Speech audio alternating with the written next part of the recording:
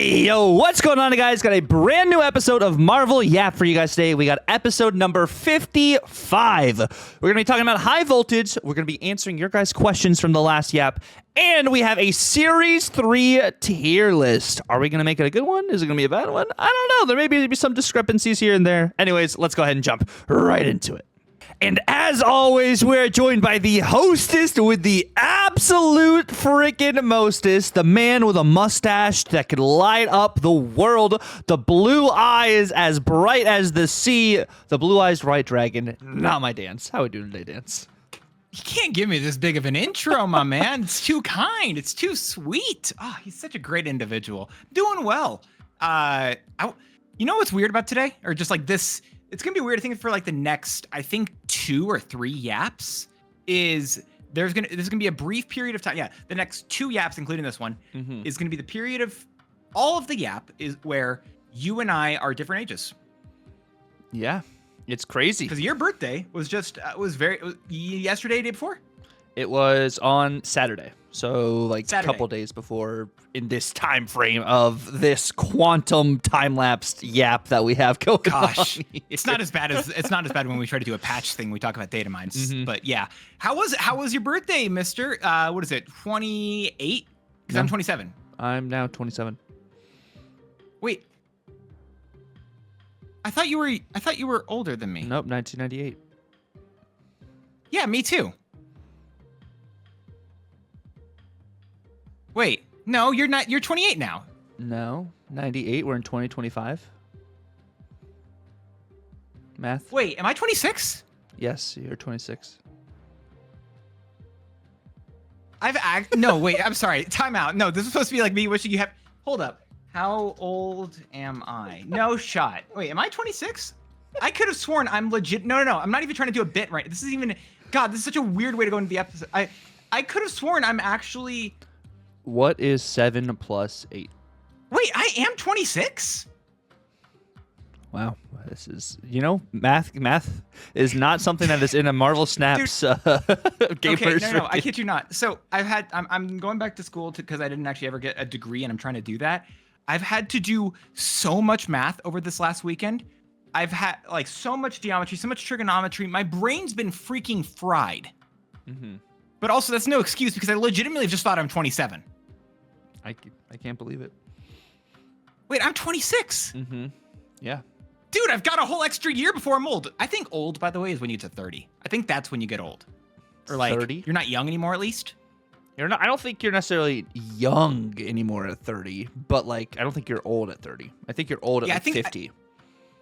I'd say 50. Yeah, 50-ish. I can agree with that. But I think you're no longer young once you hit 30. I mean, no one thinks you're young anymore. People do call you old as soon as you hit 30, but I don't think you're old at 30. Yeah, that's fair. So like not young, but we're not saying old. Anyway, you're 27 now, and I'm not, as I've learned as of now. Crazy. It's so crazy how math works in the U.S. and the entire talk about world. Our subjects for today, because I'm just gonna die, I think. Yeah. So after that sidebar, Dance is in a crazy little moment right now, but we're gonna be talking about high voltage a little bit. Our first couple sections are gonna be a little bit shorter this yet because our last section's gonna be pretty intense. It might be a huge debate between me and Dance. We'll see. But love those. We have our high voltage review, and then we have some questions from the last yap. And the question we do like the most from the last yap as well will be winning a PAX code. So if you guys do win the PAX code, I can hit you up on probably either Discord or Twitter or whichever you guys would like to receive it. Probably those 2 options, which if you guys aren't in the Discord, that info is down in the description below. And then I'm going to do a self-plug here as well. We'll do another one probably at the end of the video where I will be streaming on September 2nd on the front page of Twitch. And who knows, may have some giveaways and stuff going on then for the new season of Marvel Snap. It's going to be sick. Yeah, you're going to be streaming into the new season, which as data mine, actually, no, it's not even a data mine. I think the details were on like the App Store or whatever when they announced it. It's like steampunk. It's like not steampunk. What is it? It's like Visions of the Future is what they call it. Visions of the Future. That's it. So yeah, because I actually have that pulled up right here.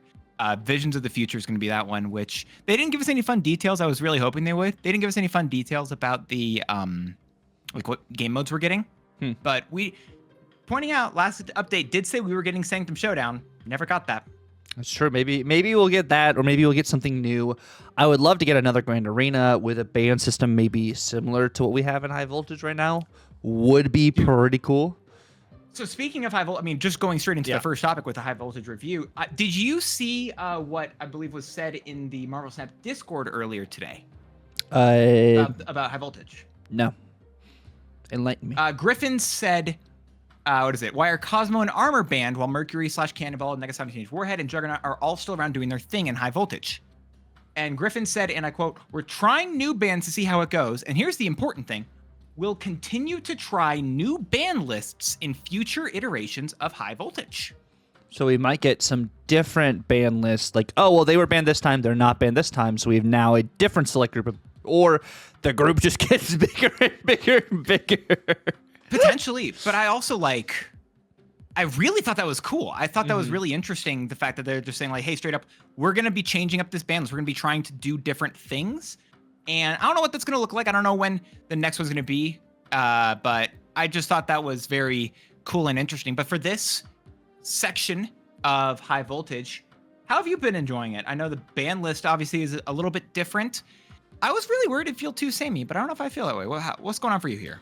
Honestly, I think it's felt okay. I mean, the Cannonball Mercury stuff kind of just, you see it in ladder almost every single game, and now you see it in high voltage like almost every game too, which is kind of just like, it feels bad. Like, I wish that wasn't around, but at the same time, like, people are doing huge sandcastle things, and it's like, did you draw your stuff to be able to build a bigger sandcastle or not? So you have that RNG element to mess around with, which I've enjoyed because, like, I like playing Phoenix Force, I like playing Firehair, and in high voltage, I can do that in the same deck with Black Panther and have some, like, really cool lines. Like, something I've been doing too is, like, I've been Zolaing, like, an Iron Man, and then I Phoenix Force that Iron Man, so I get, like, pretty much like a Mr. Negative Iron Man. Also, I found an interaction, which makes a lot of sense. You guys maybe know about it as well. If you do have Mystique on the board just by yourself with no ongoing ability, and then you have Firehair on the board, if you do Zola your Mystique and you've just played an ongoing card, that Mystique copies the ongoing card you played just before, and Firehair also copies that ongoing card because it copies Mystique's on reveal text, which is really cool. That makes sense. I hadn't thought about that, but that actually does just, like, perfectly track there. That's cool. Yeah, no, there's a lot of fun stuff. I really have, I think, been enjoying that as well, where it is just kind of like who can build their bigger sandcastle. But I mean, I don't know if I want to go to the beach or not, but, like, I have fun building sandcastles. It's good times. Yeah, what have you been playing in high voltage? I've gone through 3 different decks. I started with playing a lot of ongoing. I then realized Luke Cage wasn't banned. I didn't see anyone doing stuff. So I went for a little bit of Affliction package. And then I've basically been ending off my high voltage thing going for Mr. Negative and the final bit, which is the whole big, like, that is definitively the, what's it called? That's just a big amount of sandcastling, which is fun. Which I think, what was it? I think we were talking about this the other day. You made a video recently where you talked about the 3 decks you were using in high voltage potentially, right? Oh yeah. Oh my gosh, there's and like something like with Airwalker or something.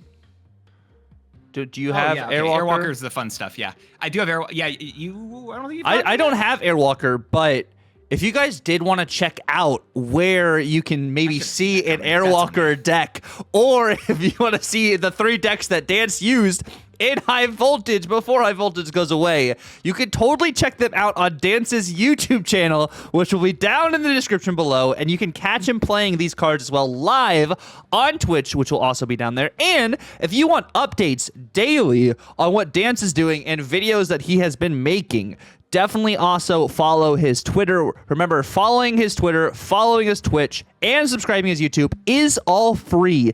And all of that info is free to you and down in the description below. But as we do continue over here, have you done any testing with Firelord, who also did release the same time as High Voltage, but of course you could just get in the seasonal Series 4 pack? I'll be honest, I haven't really touched him.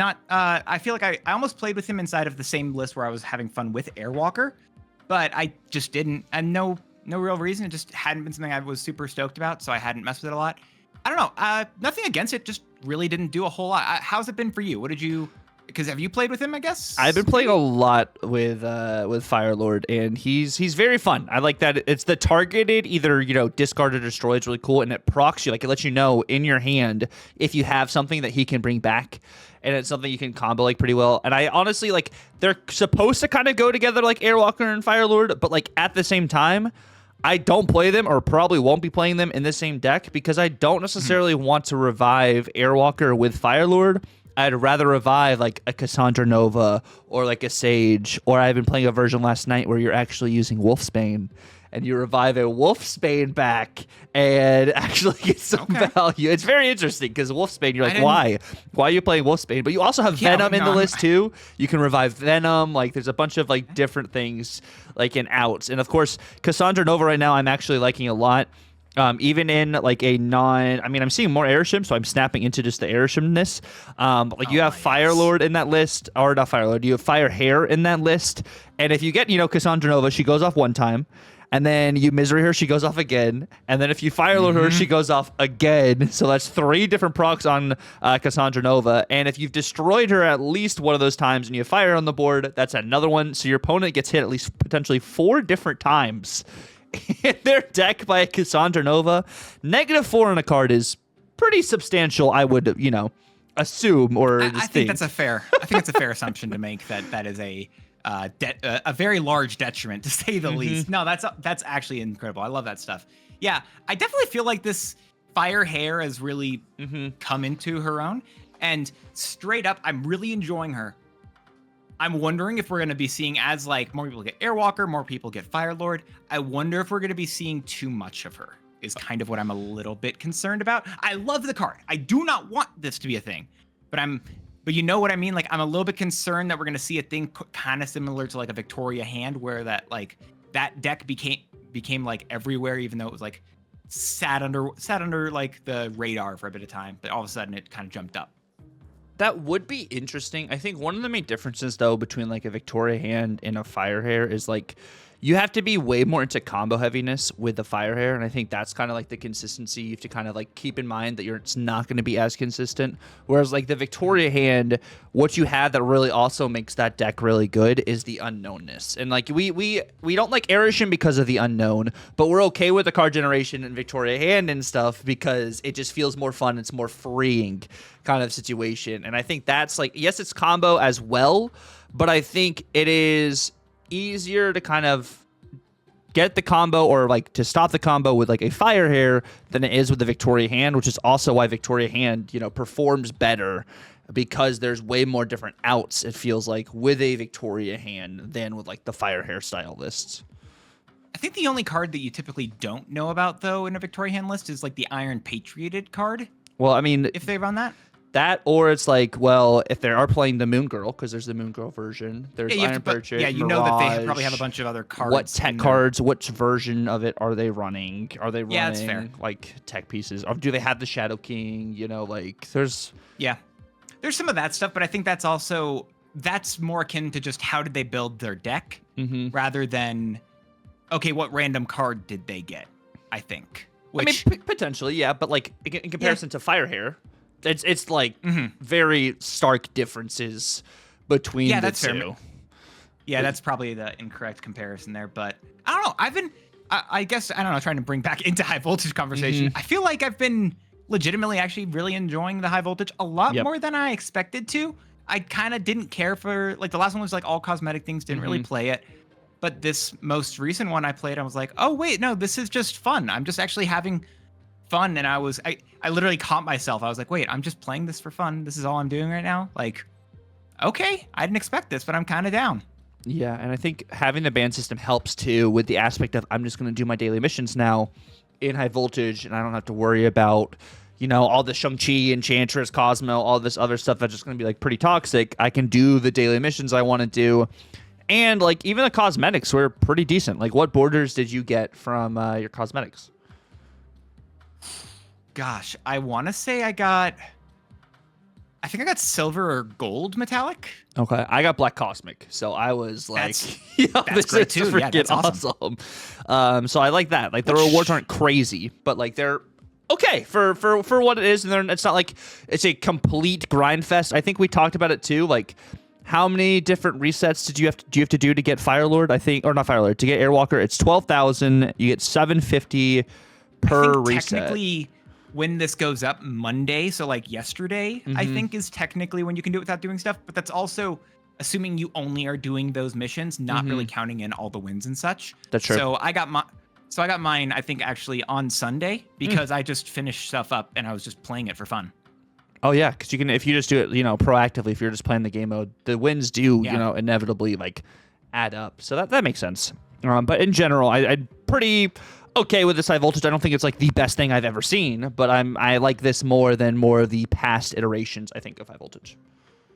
Wait, if you were in charge of it for next high voltage, let's imagine maybe the ban list stays the same, what we currently have. What do you say? You know what? This card isn't getting played either. What's your top choice for a card that I want banned from this? Yes. What if we just banned like Zola? Banning Zola. Okay, that's interesting. That'd be crazy. I don't know.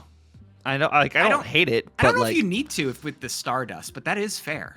Yeah, I mean, that's fair. I mean, but not everyone has Stardust because, Stardust wasn't, like, he was good, and I know she was good, and, like, Stardust is still good. Like, she's still a good card. Yeah, it's not everywhere, as I thought it was. Dude, I'm so glad, by the way, I've been at least somewhat wrong about, like, where I thought these new cards would be ending up, like, how much of an impact I thought they would be doing. I feel like I've been wrong about every single one of the ones this season so far, other than I want to guess, I think, the Season Pass cards. Yeah, no, I think the Season Pass cards kind of fallen where they were. I think we were very high about Fallen 1, and I think Fallen 1 definitely can pop off and go crazy. But it's like, because I made this, I had a comment, like, I think Blump and I were talking, like, back and forth on my Discord, and, like, comparing it to, like, Wiccan and stuff. But, like, the difference is, like, with Wiccan, yes, you are still building your deck for it, but, like, the lows of Wiccan aren't really as bad as like the lows of Fallen 1, because if you don't have any way to like do anything with that energy whatsoever, you're just like kind of cooked, and you have to set up way differently for like a Fallen 1 interaction. You have to actually like be more like predictable. Like people have to really kind of like see what's going to happen. They can kind of like understand what's going to happen. Whereas like with Wiccan, you can play your cards anywhere, and it's +2 max energy opposed to a potentially +7 or +12 or whatever. But I think you hit that consistency more with Wiccan, and I think that's why that card has landed better, of course, now than like the way Fallen 1 has landed. Also, because of the freaking tech soup meta that we are still in right now, it's also a pretty rough spot for Fallen 1 into a lot of these Wiccan Fenris Wolf Mercury Ball just matchups like so frequently. I don't know. I said I was over it. I was again sad about the last OTA. They just didn't do anything. We're not talking about actually for what's worth any specific OTA want/desires in this Yap, mainly because I feel like a lot of the ones we've talked about in the past just kind of still stand strong on their own for what we've said.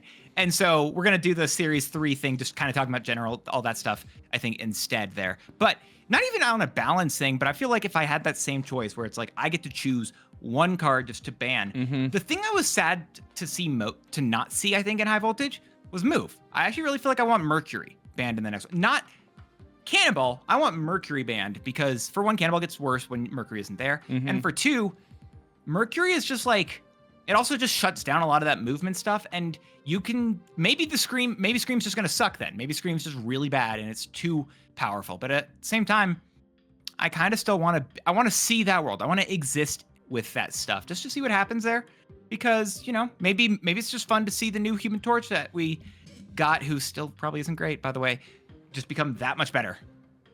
Yeah, that would actually be interesting. I think Scream doesn't benefit as much in high voltage as opposed to like the Sanctum Showdown, which is why they had Scream banned. So I think it would be a really good shout. Yeah. No, that's if I for what's worth, I don't think I mind either of our choices. If you ban Zola, you ban Mercury, and that's it. I'd be really interested. That's it, but in addition to everything else we had, do you think? And I've seen, because I just saw Interrobang talking about it. Could you not ban Galactus in this game mode? No, Legit question. What? I think you have to ban Galactus still. That's fair. I think you do have to ban Galactus. Unfortunately, I think you do. As much as it's a fun card in other instances, I think in this game mode, you don't let Galactus roam free. But what I do want to know, Dance, is we have some awesome questions from our very loyal listeners that we're going to be talking about here as well. Which the first question we have is from blah blah. What are you? 89, 87. Let's make sure That's we're not true, going to short change them. Use their full government name. Here we go. This is a great question too. Question for you guys. Did you ever believe that you'd be yapping with each other a whole year later? If you could go back and start again, what changes would you make? That's two questions in one. I mean, just to start it off here, you ever believe you'd be yapping with each other a whole year later? I didn't know if we'd still be doing Marvel Yap, but I still would have been chatting with you. I feel like that's a very specific thing because straight up, like I've enjoyed chatting with you in the past, and we were already doing it before the Yap, which is partially why we started yapping fully. But I do think that is, I'm glad that we still have the opportunity to be doing the Yap a year later. But if I thought we would be doing it a year later, I have no idea, straight up. Yeah, I honestly, I didn't know if, our schedules would continue to, align and everything. I mean, I had a kid and we still made things work. We've been on vacation and we've, postponed yaps and everything too, but we still have been consistent to at least get them out, weekly and everything too, which I think is really nice. Like, I'm not surprised that we've gone for a whole year. Like, I'm really, really not surprised. And then, like, if we were to go back and start again, any changes? The first 30 episodes or so, I would update my lighting, so my lighting would look a bit better for a lot of the yaps. I remember when we started, and I just had to. I gave up on telling you that stuff. Yeah, it was bad. And then maybe we'd have more special guests. So maybe for year 2 of the Yap, we'll have some more guests on the show to be able to yap with us. True. The only guest we've had so far has been guest. Mm-hmm. It's guest gaming, which I do think is kind of funny. I don't know if I would. I don't know what I would have wanted to change. I feel like. I don't know. I feel like probably the biggest thing would have just been. It's just like the little nuanced bits that I guess don't make as big of a deal when you look at the whole episode, but it's just those little interactions, those little parts where, just the way that we bounce off each other, the way that we talk, that I would have wanted to fix or iron out a lot sooner rather than later. I think that's my big thing where it's again, it's not really a quantifiable change, I guess is the best way to put it. But that is what I would want to change, I think. Yeah, and that just is us getting used to each other and our mannerisms and everything, which, happens when you go through a podcast, it's if you haven't known each other for a long time, you're kind of, going through that. So that was a good question, blah, blah. Now, the next question we do have from Red Ashley 77. We have question. You rub a magic lamp and the snap genie appears. 3 wishes only. Think cards, features, modes, quality of life. What are yours? All right. Well, let's say we rub it together, so then we each get one, and then we agree on one more. Phrasing. Okay. Okay. Gosh dang it. I think the first thing is one. I think the only way it would come about would be by a genie. Is we get the initial version of mastery that was talked about, where it was just character challenges as opposed to just mastery. Where it was character challenges rather than just how much you have, which they said they couldn't do based off of technical hurdles. They just couldn't. Sucks. It is what it is. But if since Second Dinner couldn't fix it, my thing is, all right, well then let a genie take care of it. Genie will iron out all that stuff. I think that's a good one. I have two changes. I think that would be one is more of just a cosmetic change, and then one of them I think would be really impactful. Cosmetic change, I would have a variant randomizer. So you can have So you just have random. You can have I have these variants selected, these 3. So each game, my card is either one of these 3 variants for it, and it's it randomizes for itself, which I love that in Fortnite. And I think about like I want that in Snap, I want that in Marvel Rivals, like I want that in like a large variety of games. It makes it just better because then you're like not necessarily like you're going to be punished for buying other variants of cards, but like you actually get more usage for I bought another variant, like let me actually use it opposed to I'm locking in this one variant even though I have 4 other cool ones for this one. You know what? All right, I've given up on us rubbing it together. Phrasing, I don't care. I'm gonna give another one here because you have another thing. It's my thing where I've talked about the play button right in the middle of the screen, and they have like conquest, friendly battle, and like all the and high voltage at the top of the screen. At least on PC, it's kind of there on like mobile. But you just take that button where I think right now it only shows you your rank. You just remove. You can tap that button, and it gives you whatever game mode you want to in a selection screen. And then you can do an info or a shop section that's correlated to it all in that one place because I just make it easier to swap between game modes. That's simple. Okay. I think that's another good one. I'll save the one I really want to say. I'll save that one for last. Okay. But my next wish would be a sandbox mode where you can test decks and they're like you literally can just like test decks and it's against bots. It's not necessarily against people. So you can quit out the mode instead of relying on another person to have to retreat after like a proving grounds or something. And you can like set up locations, see how they would interact with certain locations and certain matchups and everything. Like a fully immersive sandbox mode where you could just test a whole bunch of stuff. That's fair. I feel like my last one's gonna be. If I've gone with the other two, which I think are just more like actual quality of life or whatever things. My last one's just gonna be purely cosmetic, and again, it's kind of on mastery, but here we are anyway. I wish that instead of the types of splits that we got with snowflakes and bubbles and all that stuff, especially the ones that are just a lot more specific, or maybe even just leave them in there, make them lower chance, whatever, but just give us more things that are generically good. I think I've talked to you before. I want like a symbiote thing somehow. Give us something like that.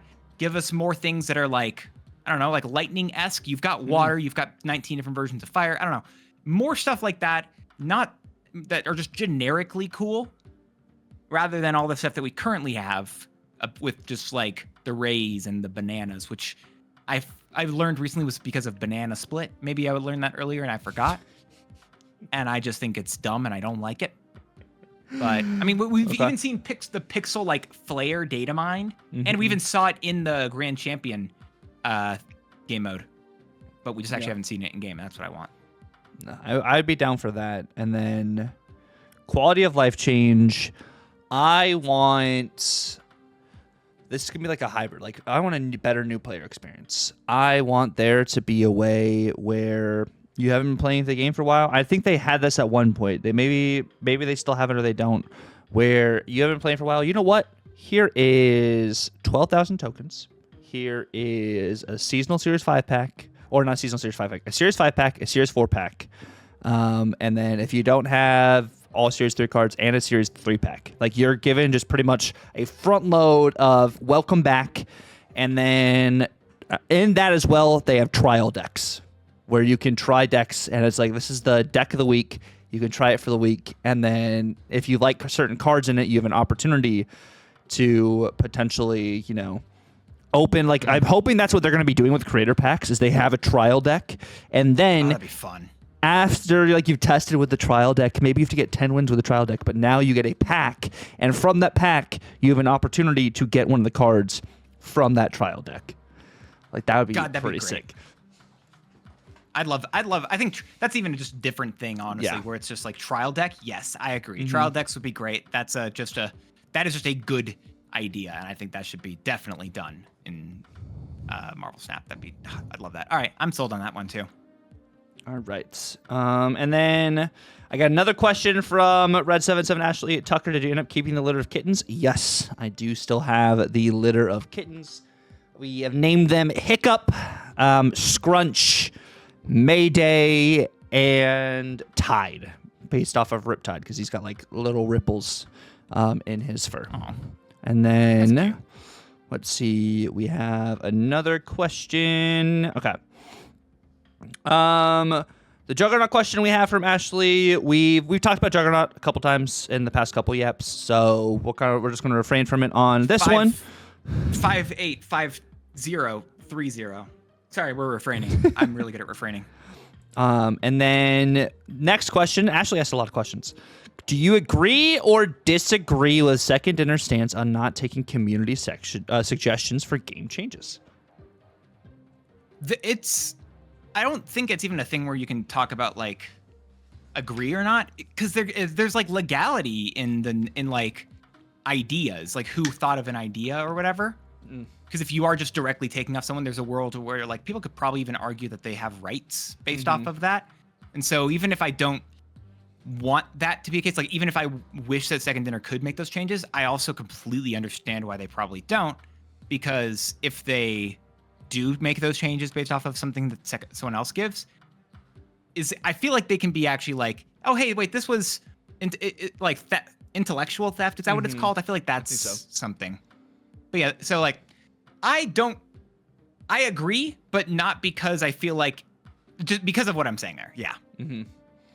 I think that's fair. I think it's a very interesting kind of like, I like it's a statement made by them, but I think there's like multiple layers to it that we can't like really truly divulge too deep into. But valid question. Next question is, at what point do you think Marvel Snap would have too many cards, if ever? I don't know if that's a quantifiable number. Like straight up, I don't know if that's a thing you can say like, this number is too many. I feel like at a certain point, it's just kind of like vibes based, legit. And maybe we're getting there, maybe not. I don't know. But like, I don't think that's a thing you can just say, yeah, no, they're getting too close to it, or they're not getting too close to it. I feel like we would actually need to have more time, or like there needs to be some other way to quantify it than just, no, there's just too many cards or not at this point. I don't think we'll get a place where there's too many cards in Snap. I think we'll get to a place where there's too many cards that do the same thing. I think that'll be more of a potential issue in the future. Is that, whereas, because like I think of like other card games, a lot of card games have way more cards than Snap has, but they just don't show up in the meta because there's like, well, I can do this, but this card can do that better, and then also this. Like it's kind of like that kind of situation, which I think at some point maybe we'll cross that bridge. But I think that the ebbs and flow of the meta in Snap is like, there's a bunch of situations, I'm gonna phrase it that way, where you could win with almost any deck. It's situational. It's not like 100% you can win with any single deck in this game. But because the way Snap is, because of the RNG of locations, pretty much every deck has an opportunity to win, which is what I think actually also helps, like, with there being a lot of cards in Snap, is there's so much potential variance that enables you to be able to try so many different things. And I think Jeff mentioned that great in like a tweet I think I saw yesterday. One of the things about Snap is like there's a deck that's pre-existing, but you can still substitute a card or two and it may perform differently, may perform worse, may perform better, but you're not always going to get the same exact statistics like every single time you play with the same deck. Yeah, and I think that's a really cool piece about Snap as well. Just you do get that variety. So yeah. I love that stuff. Yeah, there's a lot of really cool things, and I don't know. We'll get it as I guess TLDR. I don't know. We'll know when we get there, or we'll get there when we get there. Kind of at that point. Next question is, why do you think Second Dinner releases so many cards in such a short time frame? They said it. They told us. I mean, it was because they made card acquisition. Like, yes, it's cost. What is it? You have to get more cards now, but because they made it technically cheaper to get cards, they are releasing more cards. It's what, again, I called it the second we talked about snapbacks. I said, this is going to be, what is it? People are going to be hyped about it. It is going to release more, like it's going to put more cards in people's hands. However, they are going to release more cards alongside of it. Therefore, it will be worse for players and people won't like it. Yeah, and I think that's kind of like where we're at. It's like there's too many cards to keep up with now. Like I hear that more than like other different like situations. Even though like it's more accessible, it's still, even though like keys like there's less, but like yeah. I talked with a buddy about this recently, and and because he took a step away from Snap for a bit, and he's like, "How's it been going?" He's like, "I'm like, oh yeah, there's a lot of fun stuff happening. If you want to get back into it, I will tell you, it will feel like it is harder to get cards, and there will be more. It will feel more daunting because there are more cards. You can technically get more cards than you could in the past. However, it is still going to be, you're going to have also more cards that you can't get. So the ratio is, I believe, technically better, but it also will feel worse. So it's better, but feels worse. Yeah. And that's, I think, the best way probably to describe that. Yeah, and I think you hit it right on the noggin there too. Like that makes like a lot of sense and everything too. And then I think, do we have one more question? I think that's actually the last question. They're not adding Series 6. Yeah, they're not adding Maybe. Series 6 Actually, maybe. For what it's worth, it's that we put that was the thumbnail for the last one because we were like, okay, is this actually happening? We didn't know. Griffin responded to someone asking, is there going to be a Series 6? Now, they don't talk about data mines. They never respond to data mines, but they will respond to a generic question. And so there was asked, pretty straightforward, does the team ever plan on implementing a series beyond Series 5, whether it be a Series 6 or an offshoot? If so, what would be done to differentiate it from the other series? Griffin said straight up, no plans for that right now. Not saying it would never happen, but discussions to those levels have not happened yet. Okay. So, Tuck, we clickbaited last session. We clickbaited. We did clickbait a little bit, but that's okay because it was something we saw. It wasn't like something we made up. It wasn't made up. It was something that was valid. But I do want to say, Dance, I think my favorite question probably was the genie lamp question. I think. Oh yeah, it's great. I really like that one. So Ashley, if you could let me know if you are in my Discord after this video is posted, let me know, or if you are on Twitter, just tag me in something or whatever, and I can get you your PAX code. But now is the time you guys have all been waiting for, because we're gonna be talking about Cosmic Ghost Rider. That's a card. And then we'll jump into the Series 3 tier list. But we have the Cosmic Ghost Rider, which is a 5-cost, 7-powered Series 5 card. On reveal, remove the text from front row enemy cards here. How do you feel about, I mean, it just, so we even talked about this because we typically make our decks beforehand about what we want to do.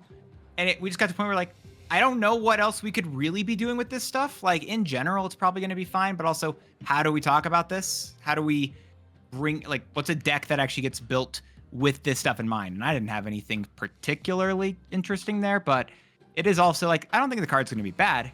I just think it's going to be a boring, just kind of tech card. Yeah, no, I think it's like kind of like Stardust. It's like not something you necessarily build around kind of situation. It's kind of like a plug and chug. Which is like with our decks too. What I think I really like is we, of course, are using some more not like tier 0 decks. We're using some more off meta, I think, kind of style decks overall. So the first deck we're going to be talking about is going to be Dance's good old Scream deck over here as I readjust to fit the screen. Yep. Which is this over here, which stands, why did you decide on Scream? The Scream deck has kind of wanted a similar thing for a bit of time where it does feel like that tech card is good. The only card it currently has instead of what we normally do for Cosmic Ghost Rider is it actually has Shang-Chi in that slot instead. And you may be shocked to know this, Tuck. Not the largest Shang-Chi fan. I know you're currently stunned by that revelation, and I apologize for not making sure you were sitting down before I said it. But yeah, I'm just not a big Shang-Chi guy, and so I just wasn't super stoked on the idea of just building another deck for Shang-Chi. I think that's fair. And like something that's really interesting is like I've been testing with Scream. I was testing with Scream actually like last night. I was playing some Agamotto and Scream. And KM also made a video, I believe, on Saturday talking about like how Scream's kind of an underrated deck to be using at the moment. But there's just so many decks that just go way over the top right now, and Scream doesn't necessarily hit that number. So I'm really interested to see if Cosmic Ghost Rider can help into that. Thinking about like some of these end of turn decks, being able to offset that First Steps Invisible Woman so that actually doesn't happen. Being able to offset discard so you don't get that Bullseye or you don't get that Morbius value. Like, it'll be very interesting to kind of see how this, accumulates as like a tech piece. And another good like tech kind of thing Fudge was talking about actually in my chat last night is Luna Snow into Cosmic Ghost Rider instead of the Red Guardian. Like you have, Cosmic Ghost Rider be able to offset that. So instead of course, the Ice Cube getting hit with negative power and stuff and everything, like with the Red Guardian being targeted, it hits 2 cards. Like, it'll be interesting to see, do you actually want to ramp this out later or earlier, or are you okay playing it out a little bit later, which is what I'm kind of considering with this Agatha Black Knight list, where instead of like the Legion, you have Cosmic Ghost Rider. Of course, the Black Bolt stature package is interesting. You do have Moon Knight to also, accompany that. I think this is kind of one of the shells. Also, like, just Hela. I think Hela with Cosmic Ghost Rider, as we might see more Stardust. Stardust is not something opponents are necessarily playing as their 3rd card. It is normally the 1st or 2nd card in a lane, and having Cosmic Ghost Rider be like, okay, well, you snapped me because you played your Stardust. Little do you know, I have Cosmic Ghost Rider, so now your foil to my big play is obsolete. So, like, I feel like that is really cool into those interactions, using it as more of, like, you have enchanters, of course, to be able to hit lanes and be able to disable, like, ongoing cards, but Cosmic Ghost Rider being able to disable ongoing cards as well as just flat text cards. Of course, on reveal cards, it doesn't do anything to on reveal cards unless they're trying to set up, like, a Misery or an Odin play, per se. But I think this is like a tech piece. They were really thinking, like, we don't need a counter for end of turn just yet. And of course, now they've changed, Ghost in the OTA. But I think one of the things they were thinking about was, like, with Cosmic Ghost Rider, if we have this card coming out, that'll immediately affect that Invisible Woman First Steps card. We don't necessarily need to change her, which is why I think they did the change for Ghost to be able to hit the end of turn cards specifically, opposed to, like, the activate cards, where, like, we have cards come out next season, which Dance and I will be talking about next YAP, which I'm very excited for, that are just going to be really impactful. But I think this is a card that, like, maybe isn't, I want to say maybe is needed in the meta, maybe is not needed in the meta, but, like, not a card that I'm upset that is coming out. But I wouldn't be surprised if regular discard does start to fall off a little bit more with the addition of Cosmic Ghost Rider, as well as some of these end of turn cards. Yeah, I agree. It's going to be, I don't know what the best deck, what these cards are going to, or what it's going to be looking like there.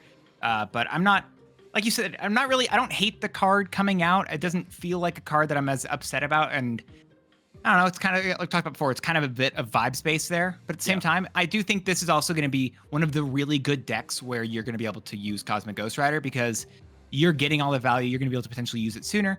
And the fact that you can also get rid of your opponent's cards, like the fact you can use Spider-Ham to turn off their text and Cosmic Ghost Rider to turn off their text, and you can get rid of their cards with Moon Knight and Black Bolt, feels like a lot of really big things that will probably be mattering. And I think it's gonna be a good place. And yeah, Hela was another one.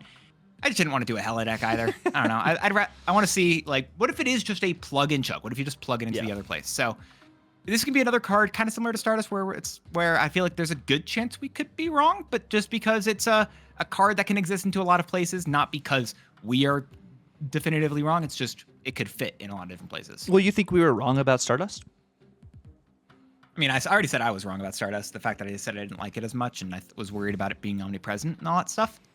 But I mean, you weren't wrong.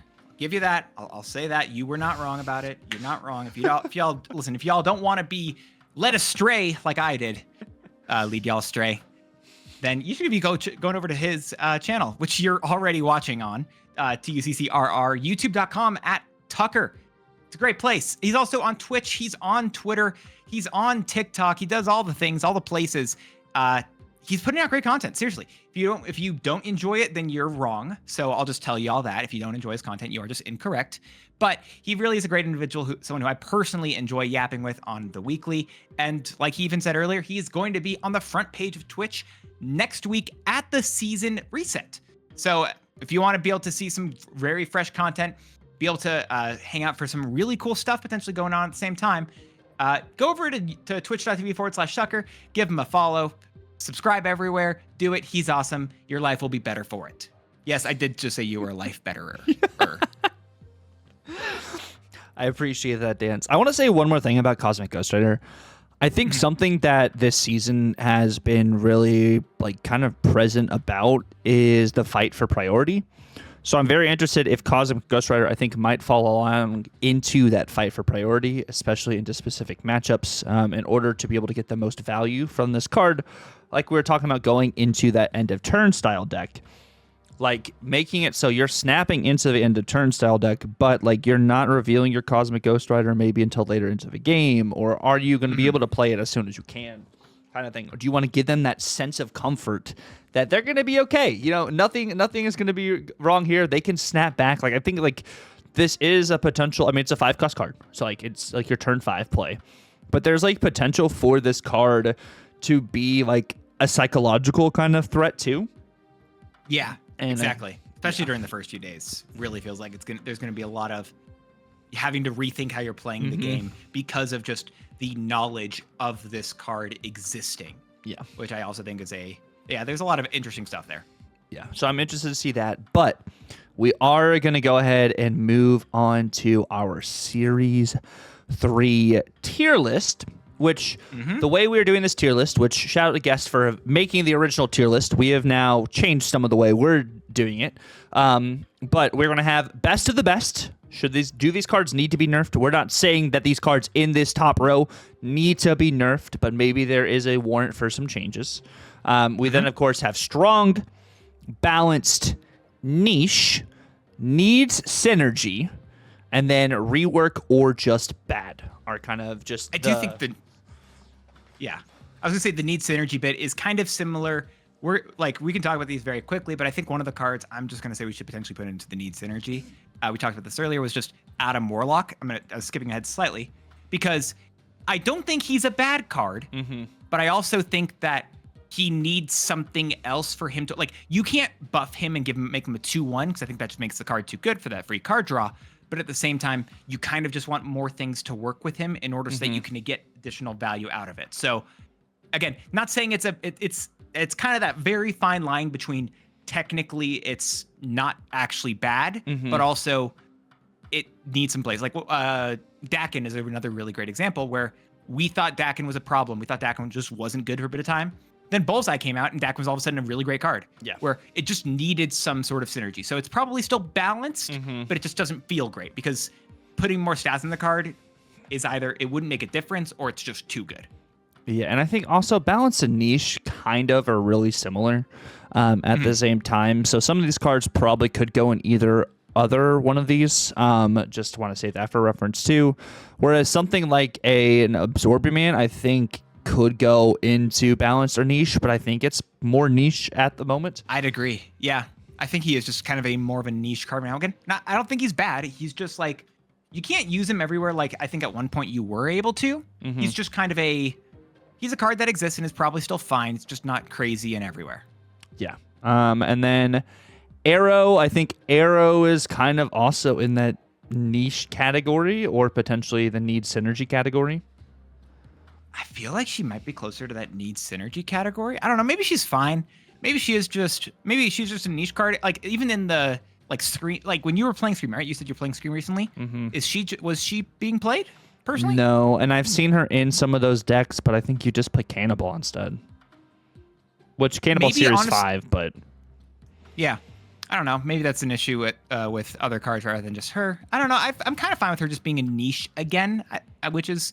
We're going to be maybe doing that for a little bit here, but one I don't think we'll be doing that with is Agatha Harkness. I think Agatha Harkness, she's just strong. I think right now, with the addition of Redshift, she's become a strong card, and like with the Hela deck, I think it's still good. Even though there's Fenris running amok everywhere, I think she's a strong card. Yeah, because Ghost Rider exists as a way to like just basically bring her back and stop that Fenris and a thins your deck. So. And thinning your deck, as we've learned, is just a really good piece.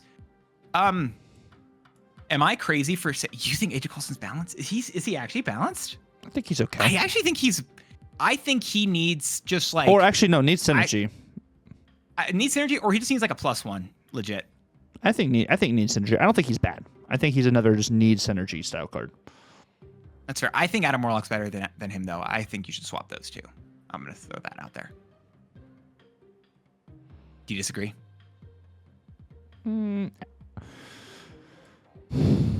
I think because of end of turn decks, we've seen more Adam Warlock than Agent Coulson. I think in general we've seen more Adam Warlock than Agent Coulson, but I think you have to commit a lot more to Adam Warlock than you do with Agent Coulson.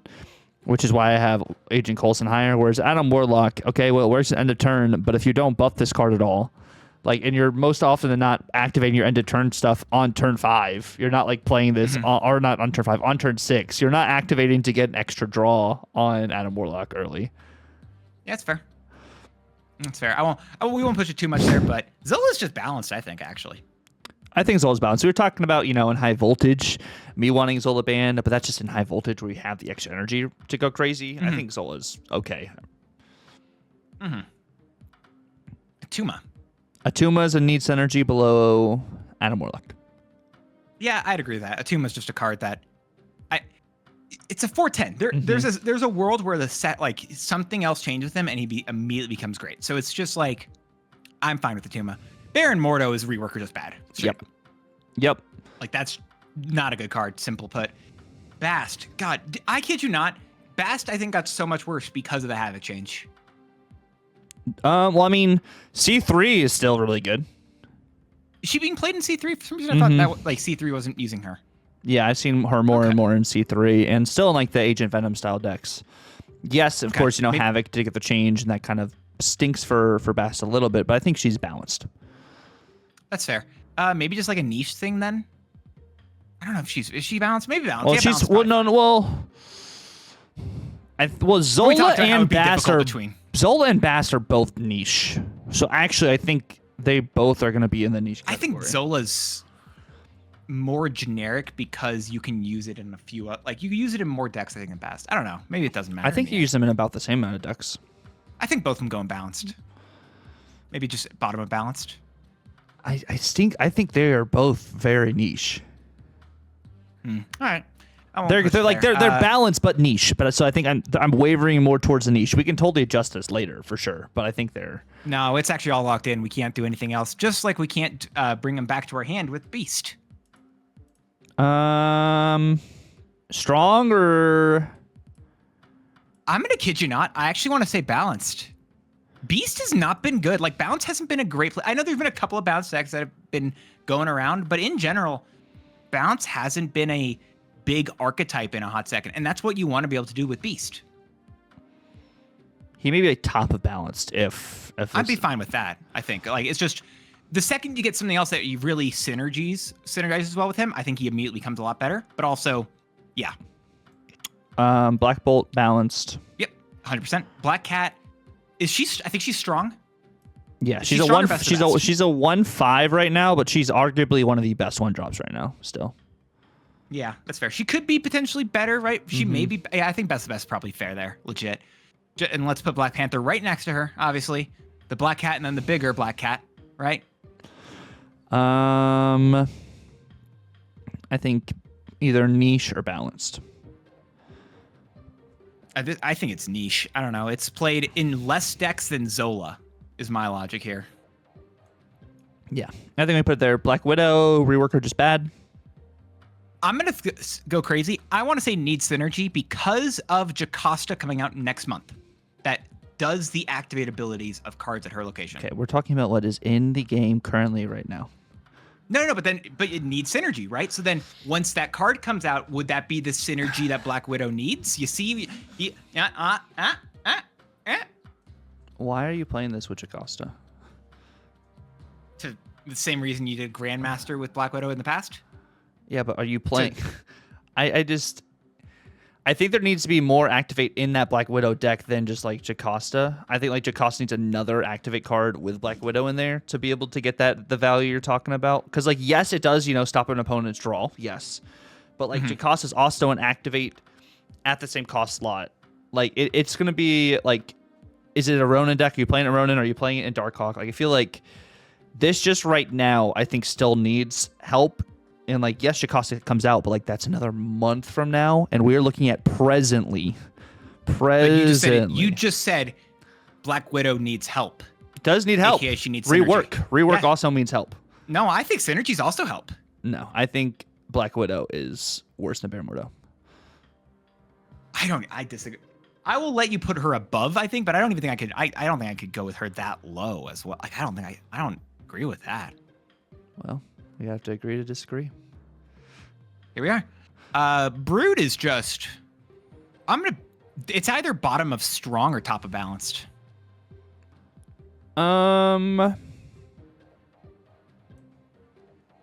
think it's probably top of balanced. It's definitely could be in the strong category too. Not best of the best, but strong or balanced. One of those two. Yeah, that's fair. Captain Carter's, I think, or sorry, Captain Marvel's just probably balanced as well, honestly. Yes. Yeah. Maybe niche, but maybe like arrow level niche. Yeah, you could be right there. Maybe it's correct down there. I won't argue that too much. Cerebro. Now, this is Cerebro best of the best? Do you think Cerebro needs a nerf? Straight up. Cerebro could take a nerf. What does the nerf to Cerebro look like in your eyes? It is either making him or making it, giving it power, like a one, giving it a singular point of power, or it making it +2. The +3 is crazy. Or is it 4-0 +3? Like it's something like make him either a 4 cost or give him a point of power and decrease his output. But like best of the best doesn't have to be nerfed. But I think I'm fine with it definitely being in best of the best. However, I don't think it needs a nerf. Legit, public stats, which always can differ. Yeah. It's got a 48% win rate. Yeah. Like, I'm not saying this card has to be nerfed. This card's too good. Yeah. I just don't like facing Cerebro. I think that's more so. That's fair. That's entirely fair. Colleen Wing, I just balanced, right? Like, it's just a balanced card. I know it's niche, but it is just balanced. Straight up. She's one of the cards I don't think that has changed since release, probably. And I think that's a good thing. Yep. Crossbones needs energy. I think it's right next to a Tuma. Right? Nightmare was supposed to do that, and Nightmare kind of... Dude, I'm glad we were wrong about Nightmare. Nightmare's a wild card. It's kind of just the same thing, where it's like you need the same synergy. You need something else for these cards to be doing, some other way for it to bonus. And so I think it fits down there as well. Speaking of rework or just bad. Crystal. Yep. Dagger balanced or strong? Move is in a worse spot, so I kind of want to just say balanced. I think it's like bottom of balance, honestly. I don't think like Move isn't in that many places due to like the big changes that they did with like Vulture and Torch. So I feel like it's actually a little bit worse. I think I put it above Beast. That's fair. Daredevil niche. I think it's niche. Yeah, it's again, we're not saying that's a problem. It doesn't actually need to be changed, but it is just a niche card. It's not amazing. Kind of similar to what we're going to talk about maybe with Dazzler. Dazzler niche and above Absorbing Man. I think above Absorbing Man, so above it. Yeah. But yeah, I like that. Deadpool. Strong, honestly. Is it like Destroy's just bottom of strong? I know it's kind of weird, but like, yeah, I'm here for it. I think Death also is above Deadpool. Yes, the way he likes it. Debris, niche. Is Debris niche? Yeah. Yes, Debris. Honestly, it's one of the. It's interesting. Yeah, it's right there. Yeah, it's below Dazzler. Destroyers need synergy. I feel like it needs synergy. I think it's better than Atuma, I'd say. Okay. Doc Ock, niche. Yeah, he's again kind of just like another niche card. Like a lot of these cards, for its worth, I think we're not saying legitimately pretty much everything other than the top and the bottom tiers are like we don't have problems there, right? All these cards can exist. Yeah. But it is just like they all kind of exist in those same places. Dracula is just honestly a strong card, I'd say. It's just a good card. Do we have him above? I think we have him above Death, below Agatha. Above Death, below. Honestly, I think it's above Agatha, just because it just consistently is just a strong card, Dracula. Maybe not consistently. But like the decks for it, I think, is what I mean. But like the main Bullseye discard deck doesn't use it. The Corvus discard deck does use it. I think I still put Agatha over with the deck thinning just barely over That's the fair. I'll give Dracula. that. Yeah. Rework are just bad, straight up. And I think that's like we only have a singular Guardian, I think, in Series 3. Maybe Groot's in Series 3. I don't remember. But yeah, there. Maybe not. Yeah. Doom balanced. Doom Niche? is like, I think it's balanced. It's one of the best, I think, terms of just balanced 6 drops in the game, straight up. Do that. Echo niche. Niche, and I think that's perfectly fine again, right? Like that's just, it's good for a card to be niche. Mm-hmm. Yeah, honestly, it's below everything else there, but like you don't want it to be too good. It is, because it does shut down stuff entirely. Electro. Am I going to be crazy for saying Electro might be niche? No, I think Electro's niche, but I don't think he's as low as some of these other cards on niche. I think he's probably... I think he's above Echo. I guess. I think he's above... I disagree with where Captain Marvel is, actually. is. I think Captain Marvel and Electro should both be above Doc Ock. I don't think Captain Marvel should be above Doc Ock. That's fair. I think, yeah, that's fair enough. Falcon, it's similar to Beast, but it's like worse. I feel like it's actually like, is it worse? I feel like below Black Bolt. I know it's like not one and the same, but it is kind of one and the same. I don't know. I'm cheating. Because Toxin exists, Falcon's definitely lower there. Mm-hmm. Gambit's a strong card. Yeah, I don't like, because Gambit can just be, it's just random. It is just pure randomness, so I think that's unfortunately fair. I wish it was worse. But New Ghost, we haven't really talked about New Ghost as much, even last week. Like, it's not really great still. It's niche. Like, it's just straight up niche. It's funny. We're like talking about the need synergy, and Atuma is kind of there, but also like it wasn't enough there. I feel like more negative end of turn deck like cards are what we will want. We kind of saw that. I think it's like Zombie Power Man. Yeah, I believe. Might be good, but also that card I think has like worse stats technically. Zombie Power Man's gonna be very interesting too. Yeah, is it just better to have that buff or whatever? But we're talking about strong cards. I think we've got these like the Agatha discard deck right up there, basically in strong kinda with Dracula, Agatha. I know you don't really put those two in the same deck, but you got a lot of discard cards up there. I think they also go in that spot. You think Ghost Rider is? Maybe you could put it in balance. I think he's more balanced, but like he's top of balance if anything. I think because I almost want to say strong.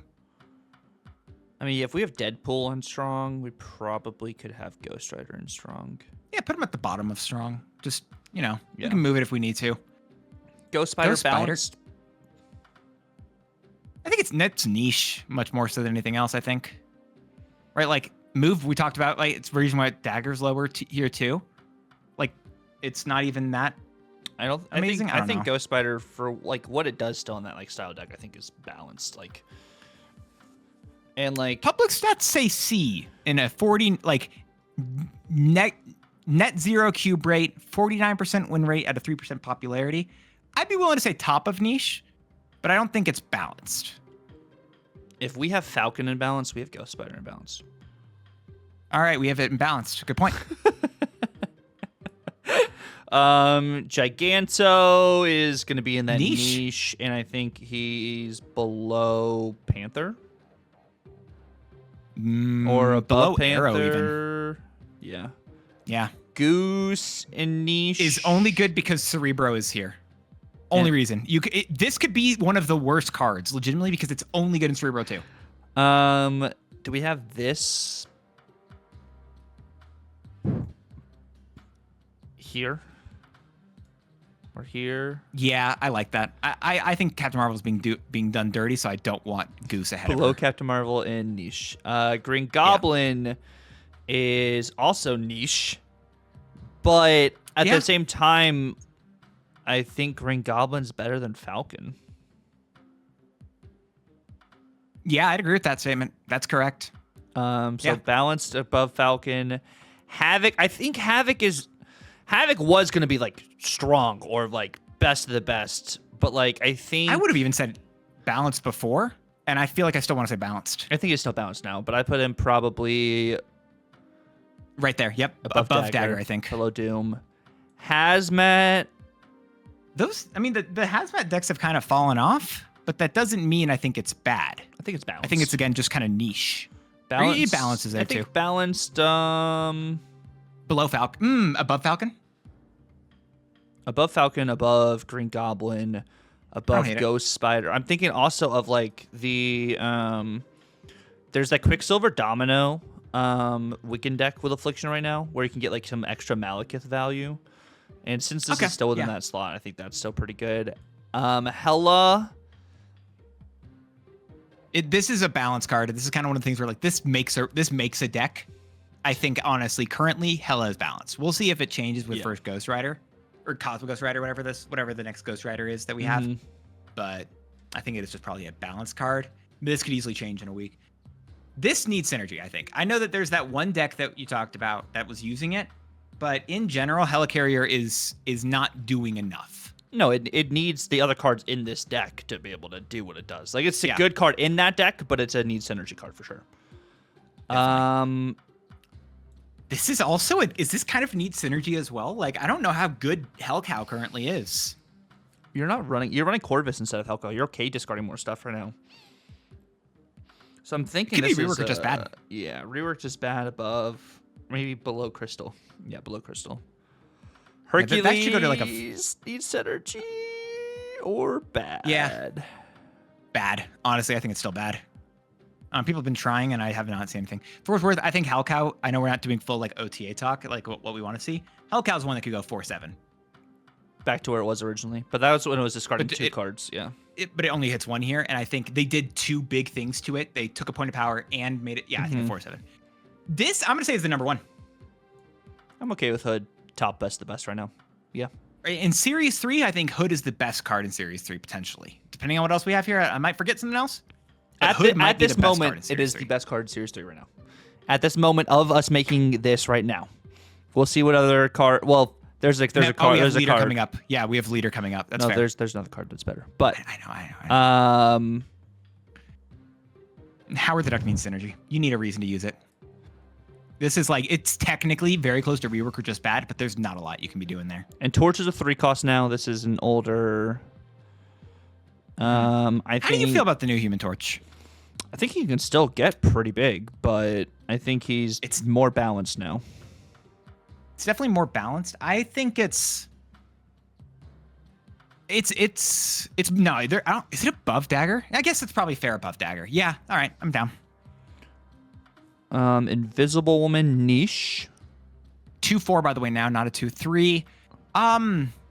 Yeah, I think top of niche is probably a really fair place for her to go. Same, honestly, Jane Foster should be right next to her, legit, because of just the negative deck. It's very niche, and also Hammer Bros, which technically isn't really great, but like, they both kind of exist there.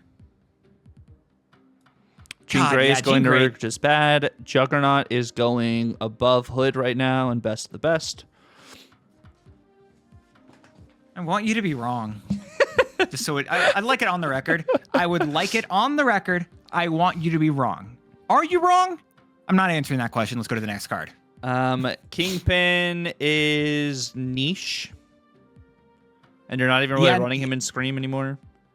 I don't even know if he's kind of actually pretty... He's in a couple decks. No, he's a need synergy. He's need synergy, not even just niche. I think he's above Howard. Yeah, I think he's above no, honestly, this is... I think he's top of need synergy. Like above each of those cards. I'm seeing Kingpin more than every single one of those cards. But I won't put him above Adam, Coulson, or Helicarrier. Kitty Pryde right now. Bounce is struggling. Is probably niche. Yeah.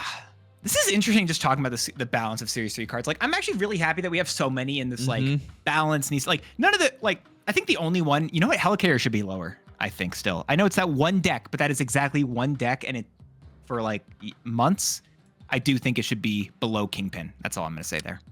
I'm not putting it below Kingpin, but I'll put it above. I'll put it below Adam, and I'll put it below Coulson. That's fair. Null? Honestly, kind of, is that next to Hela, I kind of think? Yeah. Yeah. I feel like that's a fair place for it to exist. Lady Deathstrike? Niche. This is like...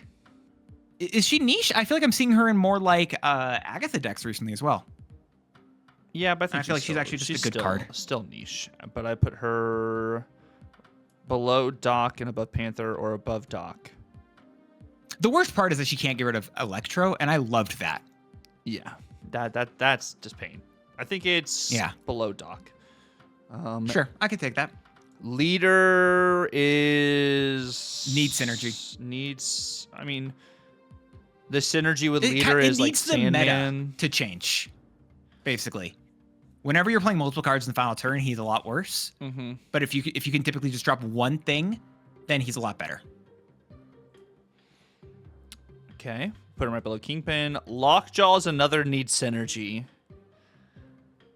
Yeah, I don't. Above leader. Below leader. I think it's above leader. Honestly, you could even make the argument, I think, for niche, because I've seen people trying to use it in Cerebro 2. I've seen people trying to use it inside of what is it, like just decks where you're trying to use M'Baku to get bigger cards out, like Blink stuff. I feel like I'm seeing more Lockjaw, I think. Need synergy. Luke Cage. That's fair. I won't push it. Luke Cage is strong. I don't care if he's not currently in the meta. He is a strong card. Like, it doesn't matter, I think, whether or not he's in the meta a lot. He is just definitive by definition, by what he does, he is a strong card. I don't care if it's at the bottom here, technically. I just think he's always going to be a good card. Magic. There's less Merlin. I know there is Merlin meta, but there's less like location changers technically in the meta. So I feel like she's now. I think she will be bottom of balanced, potentially top of niche. Like that's just where she will consistently be existing at because of the nature of her. How easy it is technically to change locations, and how much she does to change it. So it's like gives you the same bit of synergy there. Magneto goes next to Doctor Doom. Yes. Both of those are those are the quintessential, I think, 6 drops of like Marvel Snap. Maria Hill is needs synergy. I was gonna say bottom of niche. I actually think she using her. The problem is actually now it's just worse to run her than using because of like Domino and Quicksilver stuff. You used to be able to do it there instead. I like those lists with where it would be Victoria Hand with a bunch of fun 1-drops, a bunch of 2-drops that generate cards, but now it's like just worse there, so it definitely goes down. Martyr is bottom of niche. I think Martyr bottom of niche actually. The fact that I still like it as a zoo card, and I also like it as a Cerebro 5 card.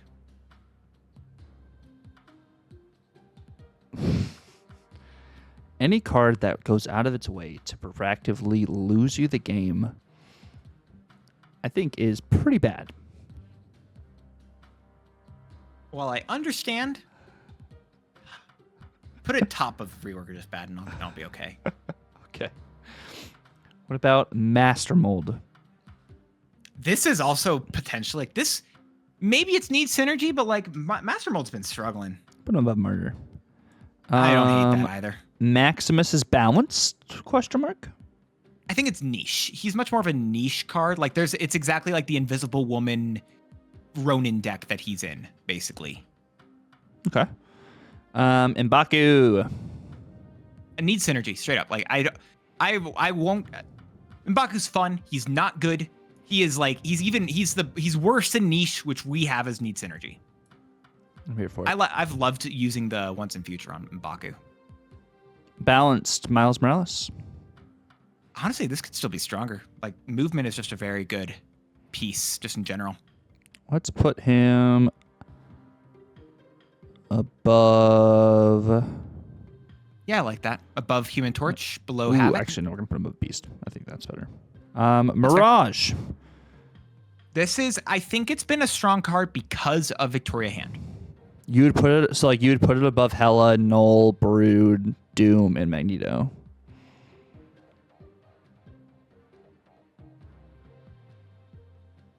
I am okay. I'm not certain between yes or no. Like it's around that spot. I don't know if it's above there, but I think it's between Hela and Magneto is what I would say. I'll put it right above Miles, I think, actually.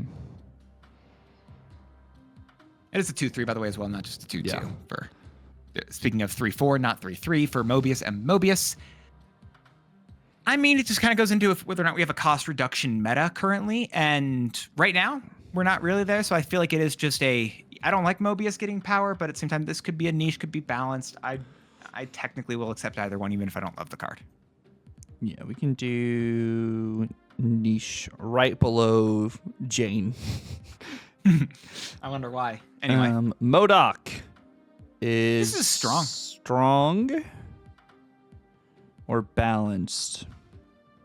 I'm just looking at where we have Hela it could and go we have above Null. Hela. It could go above Hela. Okay, I'm here for that. Like this could be maybe top of balance potentially. Rework is just bad. Mojo. Put it below G. Like those two cards, both of them would have been great together. They aren't. Moon Knight. This is, again, I feel like this is imbalanced. I know it's like... Isn't it more niche, though? Potentially. You could be correct there. I think more niche and above Kitty right now. I'll take that. I think we have a new number 1 for best of the best. With Mr. Negative. Is Mr. Negative really doing that well right now? Dance is checking the numbers right now. I am. I've been having the numbers this whole time. He's been fine. I think it goes below Hood. I don't think it's below Hood. It's either above Juggernaut or below Juggernaut. No. I think it's... I'll take Juggernaut as number 1, but I think Mr. Negative is at least in the like. I don't know. It's a good deck. It's just a deck that also can be stopped. I mean, Hood and Juggernaut can be stopped. Hood and Juggernaut both fit into a vast amount of more decks than Mr. Negative does. Mr. Negative is the deck. Mr. Negative is the deck, but that deck, if they do not have Mobius, you pretty much just lose. There's other ways, but I can get it. I won't push it too much there. Mysterio. I think this is just one of the more balanced cards. I've always liked this, especially in terms of like when you do hand buff stuff. But is it niche instead of balanced? I think it's better than Falcon. Okay. Especially with the Data Mine series season pass card, which by the way, I think I saw posted that apparently it actually took a point of power hit, I think. Vision, according to Data Mines. Yeah. So, especially with that card, I'm going to say it's going to be very good. Okay. Dude, I stand by it. I love that stuff. I mean, yes. I mean, that'll definitely be a potential shell, but I think Surfer in general is just going to be gross. All right. You're not wrong. Mystique. This is in the best of the best. Mystique's just consistently been one of the best cards, I think, in Series 3.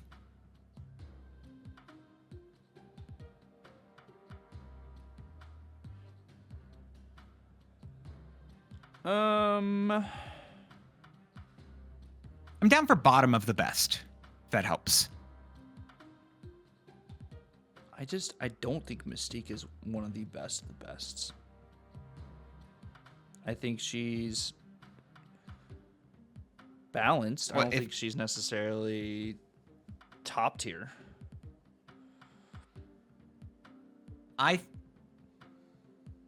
From what I've remember, I'll pull up stats see if I'm accurate on this. I do believe that this is one of the most played cards, just in Series 3 potentially. If I can pull this up here, if you get past the tech and Mirage, I'm gonna Mirage and Hood. She is the number. She's very good. I'll send screenshots. Up to you. I think she should be. I definitely think she should be in best of the best, but I will accept at minimum strong. I think she's above Death. She could be above Gambit, but I think Dracula and Agatha are still higher. It's fair. The thing I just sent you, by the way, which I don't know if you want to fully show here, that's the last 30 days top infinite 50%. Okay, she's in B tier. But, and like, looking still like in comparisons to some of those other cards there. Looking at that also that win rate and that cube rate. I don't know. I see where you're coming from, but like in my gut, I think she's just balanced. I don't think she is necessarily like in the top two. Fine, put top of balance. Top of balance. Then I'll renege that much. Above Modok. Like, listen, we already had her above Modok for a second there, so I'm gonna just say leave it above Modok. Well, if I'm truly like going gut and everything too, she's like above Doom.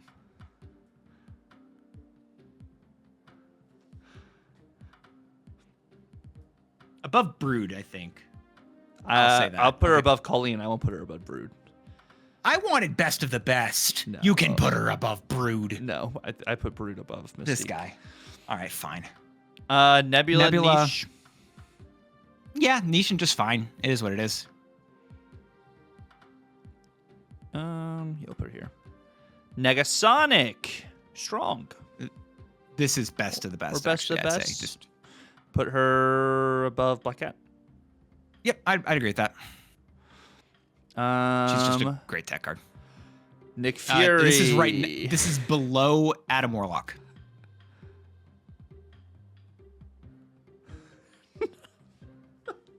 What? Where are you seeing Nick Fury? What is this Nick Fury deck you're keeping from everyone then? Below Adam Warlock? Dude, Nick Fury's not good a card. I'm putting Nick Fury above Leader. I am not putting him right below Adam Warlock. No. Oh, okay. I thought you were saying better. Oh, No. I was being generous. Or maybe I'll put him him above Destroyer. That's what I'll do. That's okay. Yeah, cool. I thought you were saying even higher. I was trying to be generous there. No. Nimrod is a need synergy card that I will put above. I think Nimrod's actually a niche. Like Nimrod's in a lot. Like with the introduction of Kid Omega, Nimrod's really gone into a lot of different places. Nimrod's just a good card in the meta. Define a lot of different places.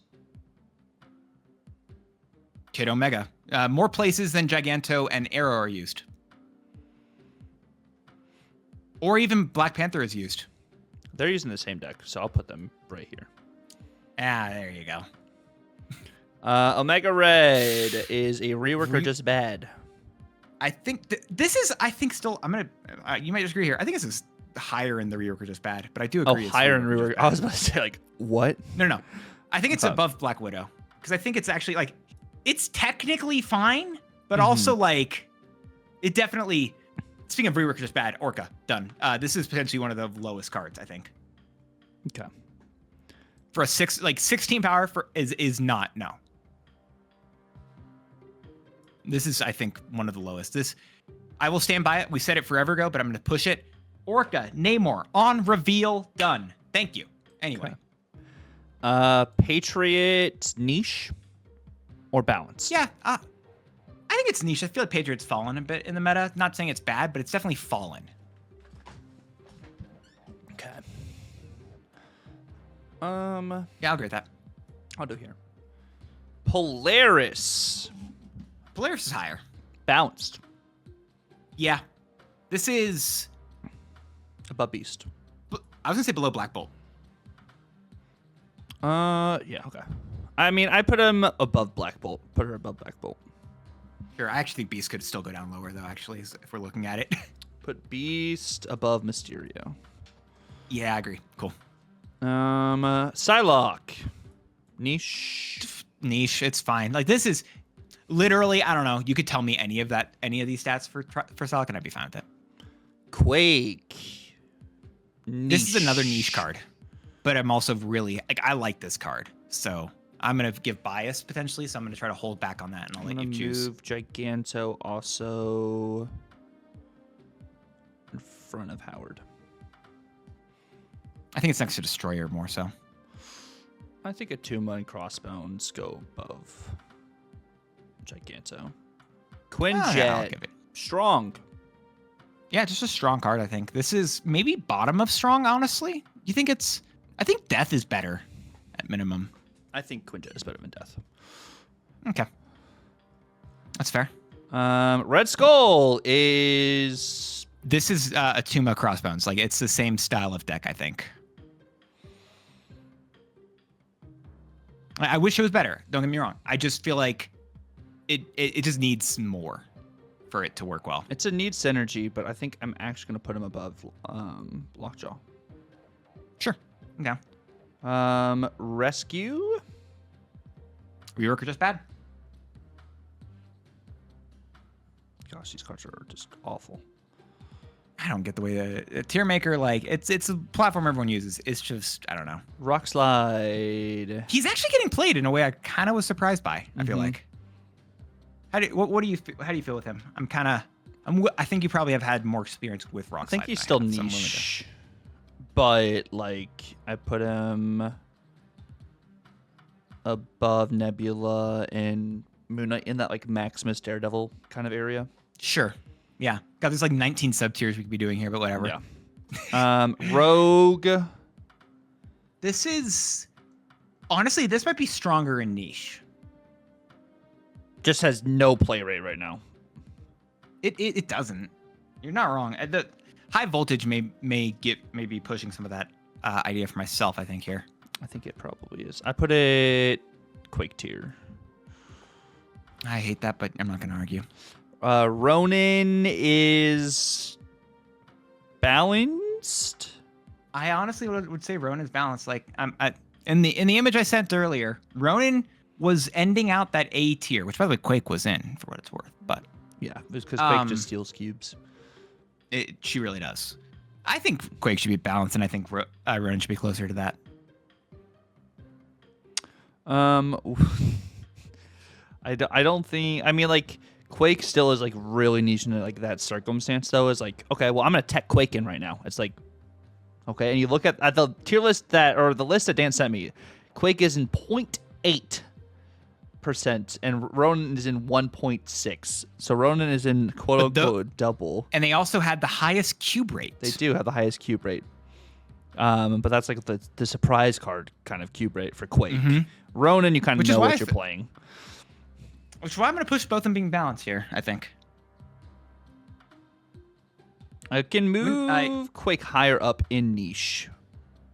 And then I might put... I think it's actually probably... If you put Quake above Rock Slide, I'll leave it there. You don't even have to go that high. I think it's just above Rock Slide. That's fair. Cool, I'm down. Sauron. This is like bottom of... This is not a good card currently. I don't know. I want it to be cool. It's a need synergy, but I'd probably just top of need synergy. Is it top of... Yeah, it's top of need synergy. Oh god, yeah, stats aren't great. It's top of need synergy. This is rework or just bad. Yeah, Selena's just... Selena's... I'll put it I think... Orca. Yeah, I'd agree with that. Sentry. Honestly, I think this is like balanced niche area, I feel like. It's just kind of okay. I like him in the balanced. What about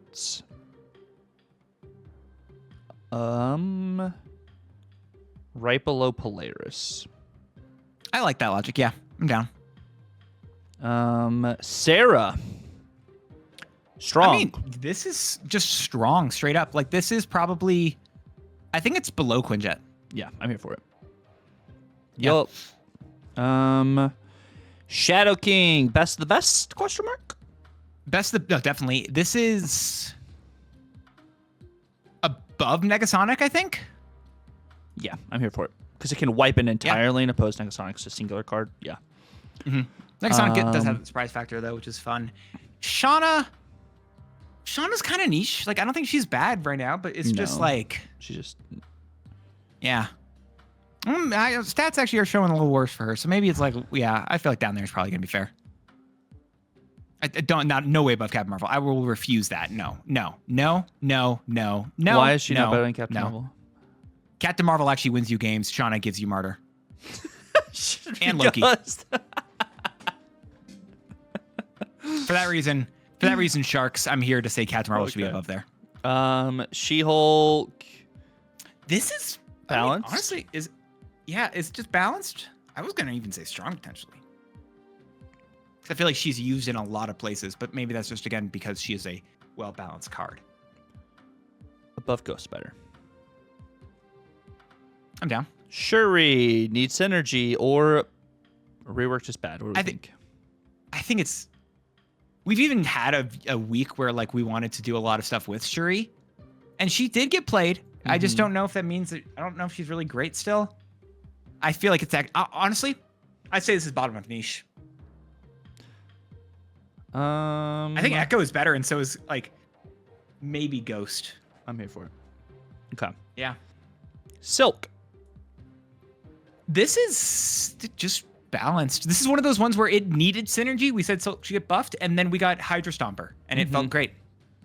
So like this is in a balanced card, I think.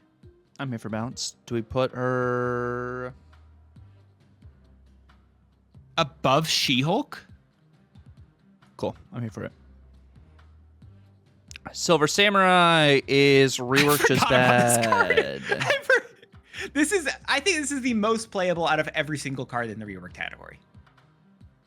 I think Master Mold's more playable than Silver Samurai.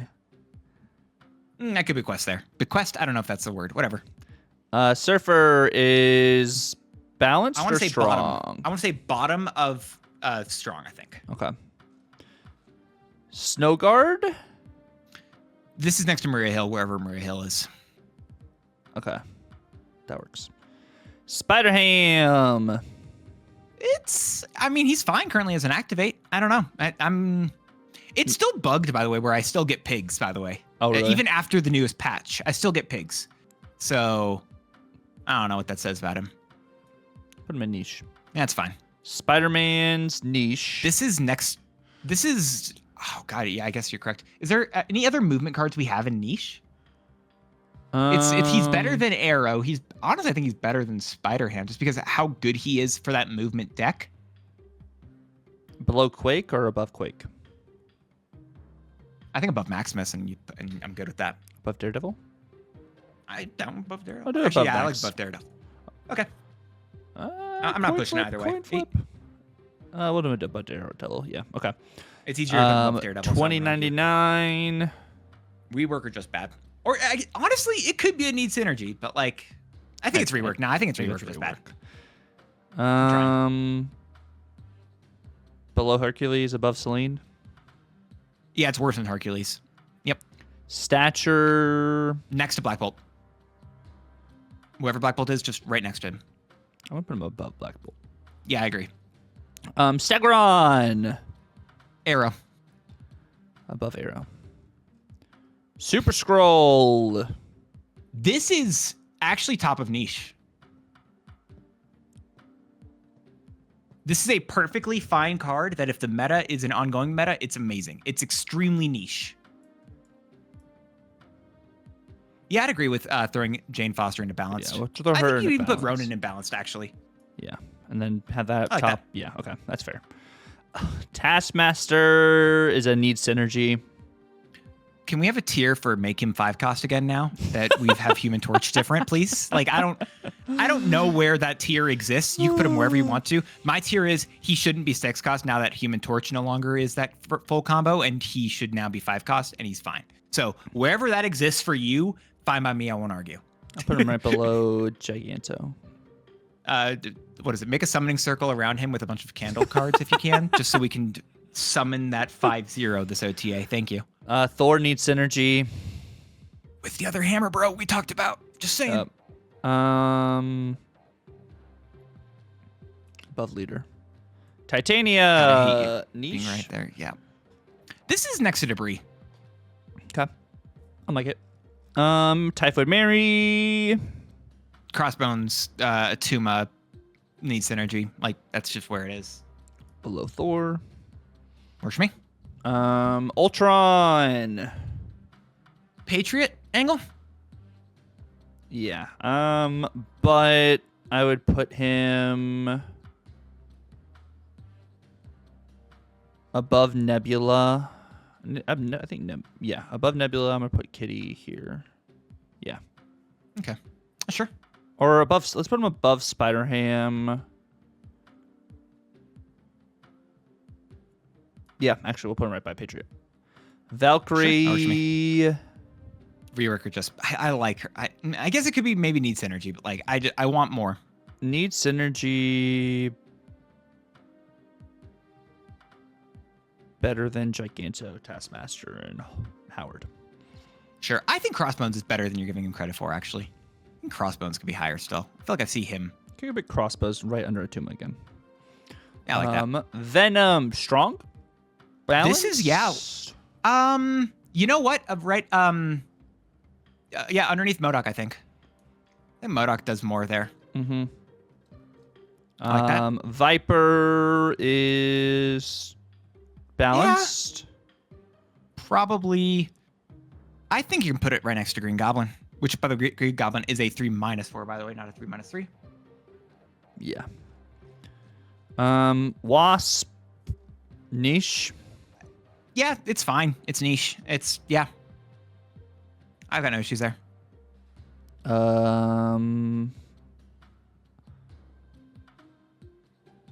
Above Arrow, under Stegron. Sure. Wave, niche. I think Wave's a little bit more playable, but yeah.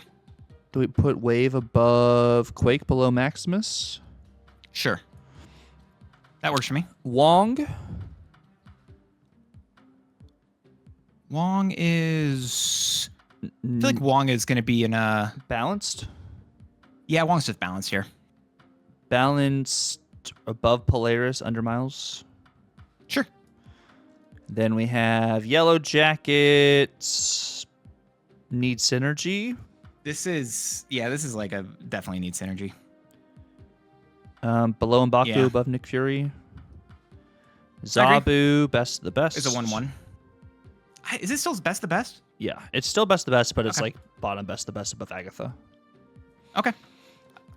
And then I'll we push it. have Zero, need synergy. Pretty much the entire Sauron deck is a need synergy. I think you could put it maybe one above. Like I think this is maybe top of need synergy. Like it's the best one in that group. But yeah. Over Sauron. Yeah. Yeah, I think you can get a better value from it. Exactly. And that is gonna be it for the list. There you go. That's all the To stuff take there. a big, long look at.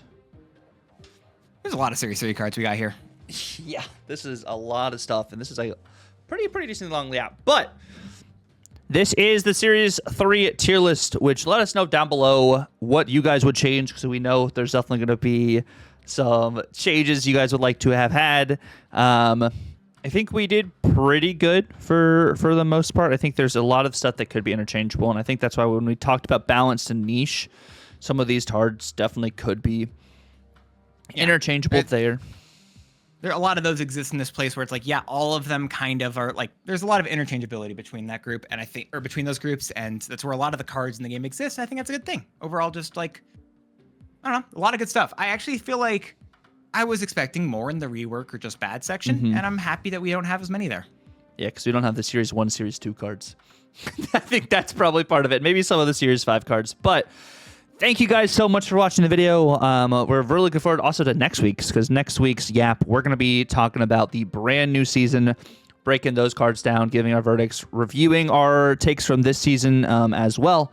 But yeah, we want to say thank you guys so much for watching the video. If you guys do enjoy the video, definitely feel free to like, comment, subscribe if you're new. Also, subscribe, like, comment, and follow Dance on all of his platforms down in the description below, too. But yeah, it's been real. God bless, and I was going to say is before you do the sign off, if you've made it to the end of the video and you leave a comment down below, use the word ham. Use the word ham. I don't know why. Spider-Ham's first card I saw. Use the word ham in your message down below if you made it to the end. Anyway, now Tucker can finish his salute and sign off. But yeah, it's been real. God bless, and be on the lookout for the front of page stream on Tuesday, September 2nd. And yeah, laters.